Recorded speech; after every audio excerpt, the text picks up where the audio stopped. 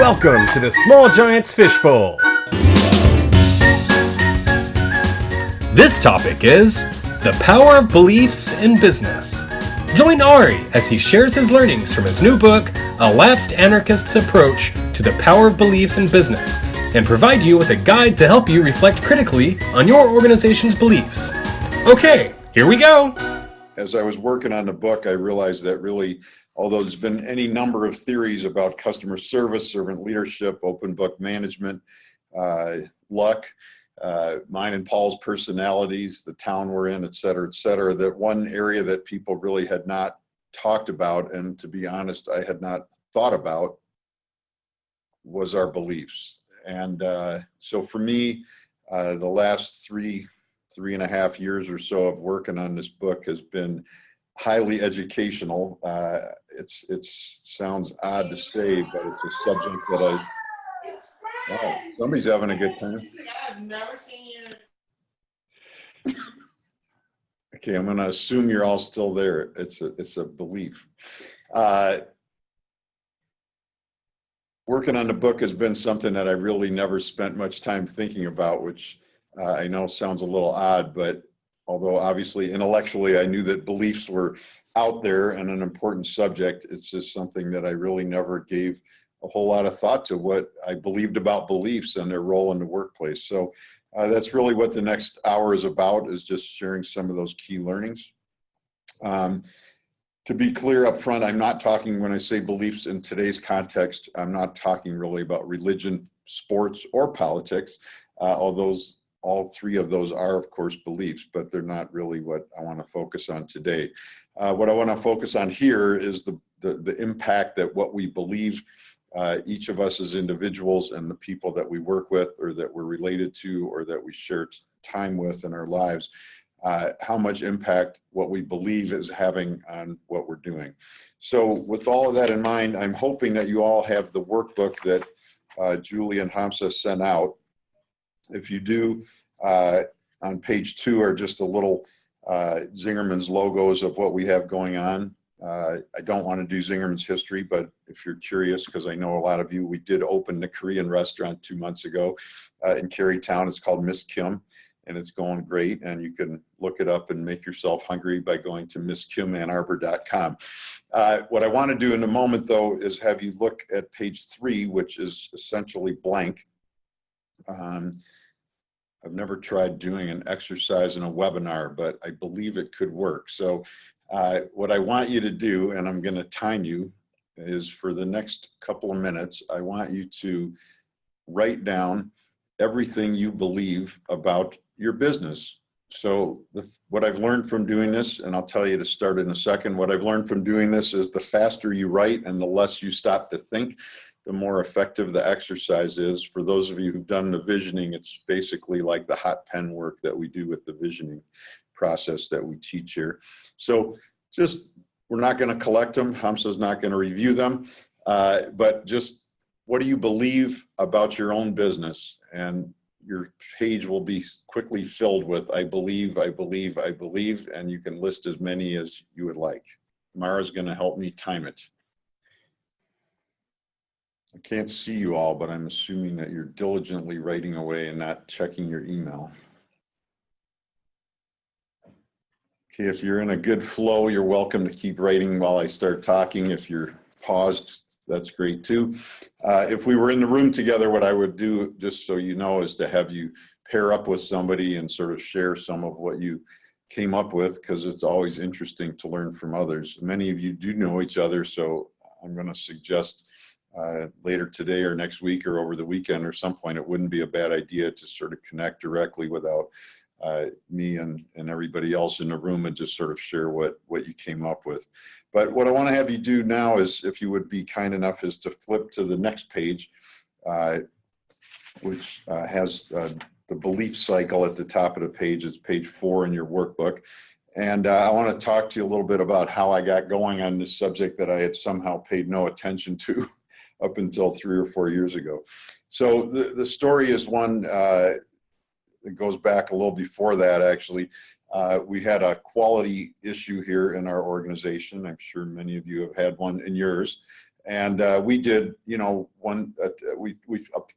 employed a tactic that we've put into place many times over the years as we've gotten bigger. This was a quality issue that was impacting not every one of our businesses, but most of them. And it was something that no one person or no one business within our organization could solve on its own. So we put together a work group, which we typically do in order to deal with these things. And we did all the stuff that I know how to do that would normally make for a successful work group, which would have eliminated the quality problem. We put a diverse selection of people onto the work group. We had a nice selection of people's seniorities, some people who'd been here for 8, 9, 10 years or more, a couple that were newer.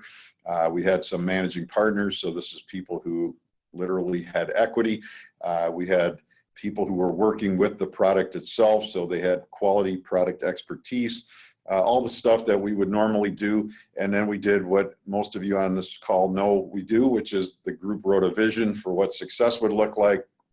So by my standards, all the pieces were in place to make something good happen and get this problem worked out. And yet they really made no headway, which of course, as you can imagine, led me to become ever more frustrated. And I tried all the things I knew how to do, pep talks, challenging them creatively, et cetera, and really nothing worked.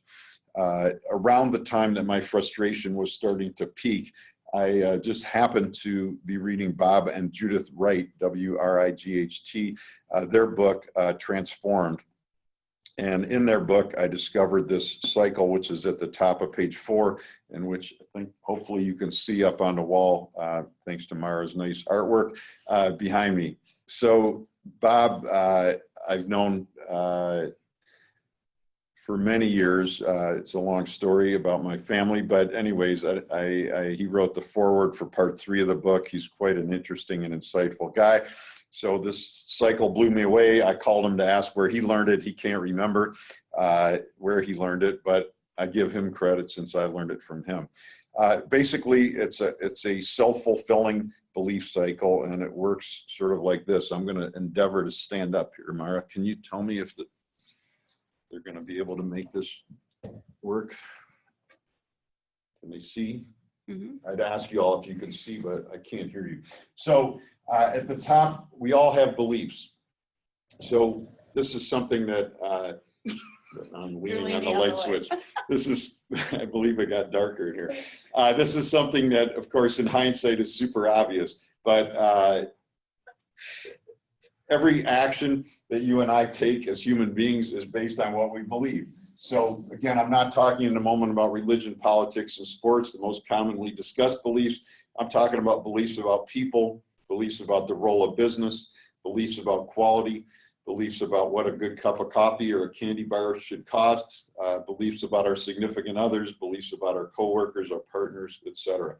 So based on those beliefs, we take action. The fact that you're on this webinar today in the Fishbowl is pretty clearly, well, I'm going to guess it's based on, I'm going to believe that it's based on the belief you're going to learn something, although I guess it could be based on the belief that it gets you out of your regular work for an hour. But I'm going to choose to believe that it's because you want to learn something. Based on your actions, the people around you start to form beliefs about their work, about you, about the organization. And based on that, they take action. And it turns out, blew my mind, about 90, 95% of the time, their action just reinforces our original beliefs. So this is sort of a textbook example of how this could go in an organization. Again, if we were in the room together, I would make this more interactive and pause to let you tell me the answers so you can sort of imagine that in your mind as we do this. But probably no one on this call would fit into this category, but we all know out in the business world, there's a lot of CEOs or presidents or owners of companies who don't really believe that training is a great, worthwhile investment. So based on that belief, I would ask you what action they would take. And of course, the action they would take is they would do almost no training. If they did do training, it would probably be some government mandated training or something that world headquarters dictated that they needed to do, but it'd be very minimal. based on the fact that there was no training, the people in the business would start to form beliefs about the future, about how the company felt about them, about their growth and opportunity potential, et cetera. Pretty clearly, if every group I've ever asked this says the same thing, what beliefs would these people form, the employees, and the beliefs they would form pretty surely would be they don't have a lot of future, the company doesn't really believe in them, et cetera, et cetera. Based on those beliefs, they in turn will obviously take action when they come to work. The straightforward question is, what kind of work will they do based on those beliefs? And the obvious answer is they're going to do the minimum to get by, because they're diverting a lot of energy into thinking about what other jobs they could get or what else they could do in their life that would be more rewarding, which of course just reinforces the CEO's original belief that training was a waste of time and money, because they just say, look how bad these employees are. Thank God we didn't waste any money on training them. Interestingly, if you flip the CEO's belief around and you take the more positive belief, and you have a CEO like all of you and like me and Paul and everybody here who believes training is a great idea, what action do they take? Well, as you already know, we do tons of training. I'm guessing you do too. Many of you have your staff on the call today with you, exemplifying this very issue. When we invest a lot of time, money,